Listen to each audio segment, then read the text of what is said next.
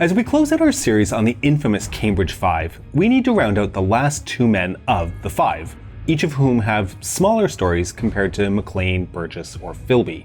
So let's learn about the Soviet spy who managed art for the Queen, as well as a relatively famous literature scholar. In addition, we'll also talk a little bit about potential secret members who it has been speculated were part of the Cambridge 6, or 7, or 8. I'm your host David, and this is The Cold War.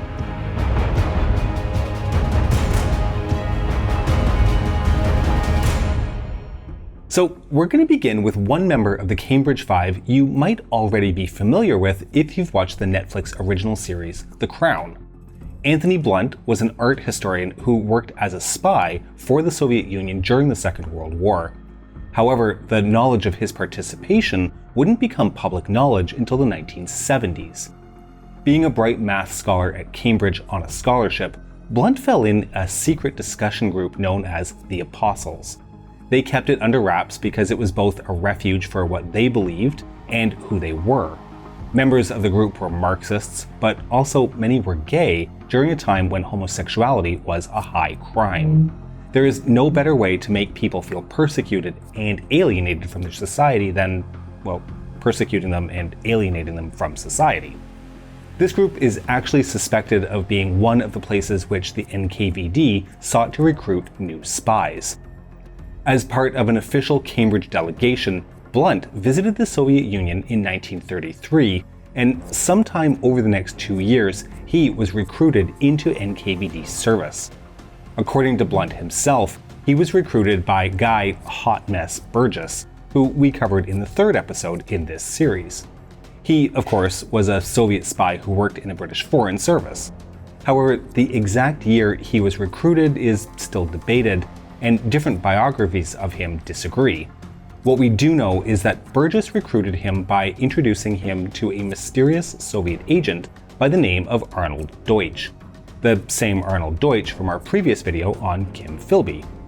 Blunt joined the British military shortly after graduating, right after the invasion of Poland. Within a year, he had been recruited into MI5, the British Domestic Counterintelligence Service. The main documents Blunt leaked out to Moscow involved decoded Nazi transcripts of Wehrmacht movements. The UK had cracked the Enigma code, the notoriously tough German encryption system, and the Soviets wanted that information. The task force which cracked the Enigma code was Project Ultra, and how it functioned was confined to an absolutely minimal number of people to prevent knowledge of the leak becoming known to the Germans.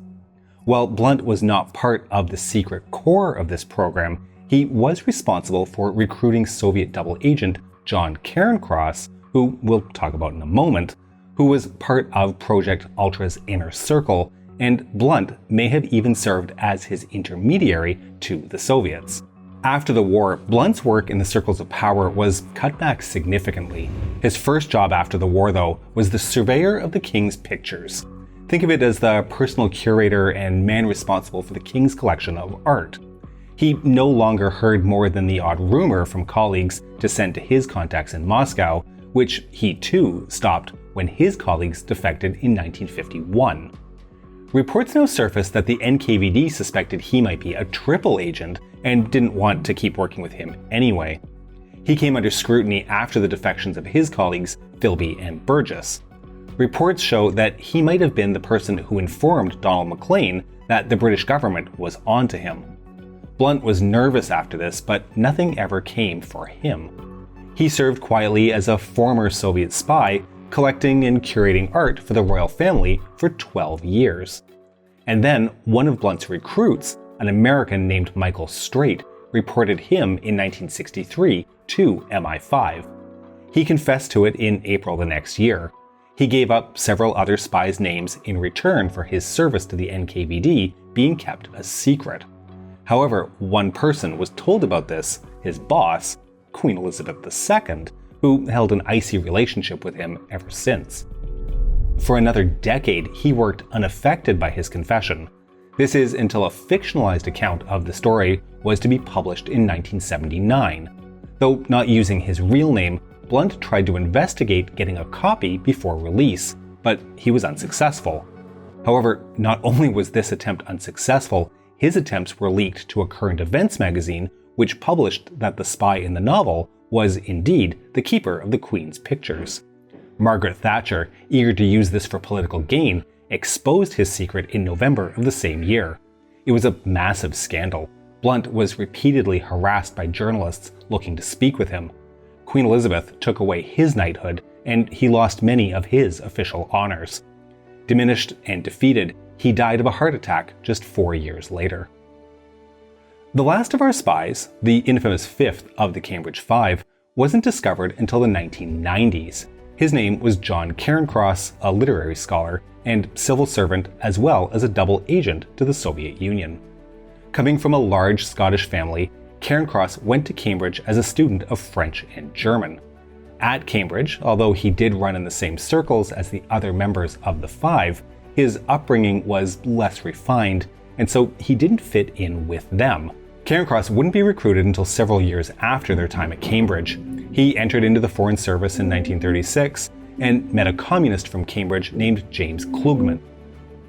Klugman introduced Cairncross to Soviet agents who recruited him to join into anti-fascist work.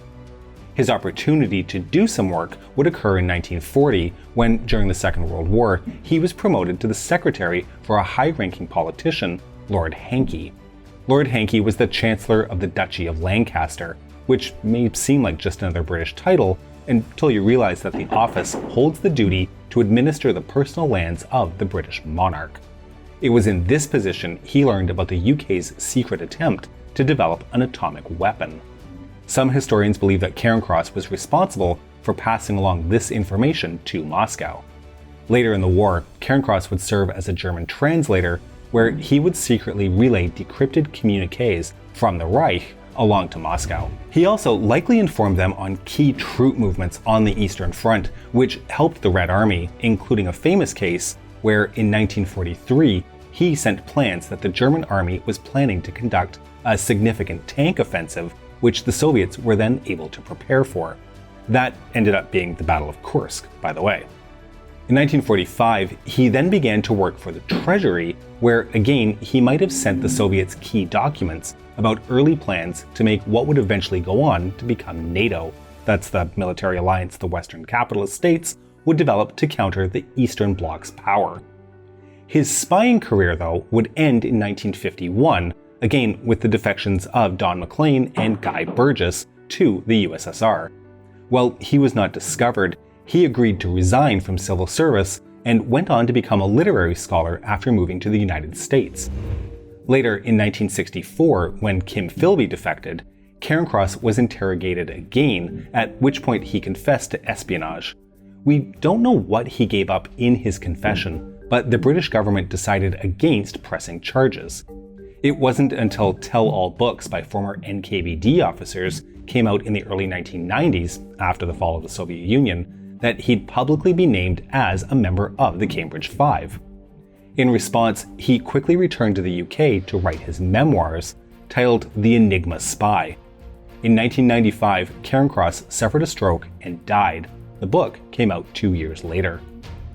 Okay, so now you've heard of the Cambridge Five, but as I hinted at in the introduction, all those minutes ago, what about the Cambridge 6, 7, 8, maybe 9? There are a few figures who, for one reason or another, came close to the Fab Five long enough to draw suspicion that they too were Soviet spies, but nothing has ever been confirmed. For example, classics scholar Andrew Sydenham Farrar-Gow was suggested to be the spy master of the whole group, according to the memoirs of Brian Sewell, a friend of Anthony Blunt. It would be tantalizing to think that there might be another member, an important one we do not know of. However, this allegation has since been refuted by better historical accounts of the group. Speaking of Anthony Blunt, when he named names in 1964, after confessing to spycraft, one person he pointed the finger at was a man named Leonard Henry Long, an intelligence officer in Section 14, a special office for studying German intelligence. Long did indeed send documents to Blunt during the war, but nothing original and in a minor capacity, hardly worth an induction into the famous ring. Next on our list is Guy Little, an officer in MI5. He often lost out on promotions based on suspicions that he was a spy, and was often accused of being a member of the Ring. But it seems Little was just a tad naive and had an unlucky choice in friends. He might have given over lots of secrets and been friends with a lot of spies, but it seems he had no idea what he was doing. Now, last but most definitely not least is Baron Rothschild.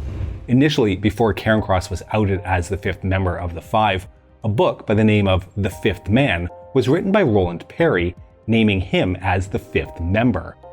His connection was that he owned the house where Anthony Blunt and Guy Burgess lived during the war.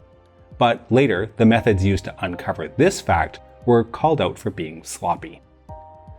The Cold War was fought on a million fronts.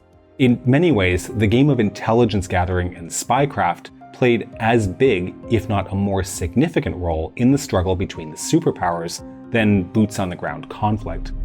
These men were some of the most impactful in their job during the whole period and gave the Soviets key clues, which helped them not only in the Second World War, but in the tensest years of the early Cold War period. Or would you consider them great spies as they all eventually got outed? What stands out for many about the Five was their motivations for becoming spies in the first place. Unlike many of those in the West, who were later found out to be spies, the Five didn't do what they did for money or influence, but rather out of ideological conviction. They believed in the system they passed information to. It's also fascinating to note that the Five were protected by their privileged upbringings. By means of their birth and their education, these men were granted access to the most secret of secrets, and even when under suspicion, or even after confessing their treasonous actions, they were protected and allowed to continue to operate and live their lives. I can only speculate if that would have been the case had they been born to more humble means. Food for thought, anyway. The Five will always go down in history as a part of the war of information between East and West in the mid-20th century. And really, who doesn't love a good spy story? We hope you've enjoyed today's final episode in this series. To make sure you don't miss all of our future episodes, please make sure you're subscribed to the channel and have forgiven the bell button. We can be reached via email at thecoldwarchannel@gmail.com, and we're active on Facebook and Instagram at The Cold War TV. If you enjoy our work, your financial support would be greatly appreciated via www.patreon.com/thecoldwar or through YouTube membership. This is The Cold War Channel, and don't forget, the trouble with the Cold War is that it doesn't take too long before it becomes heated.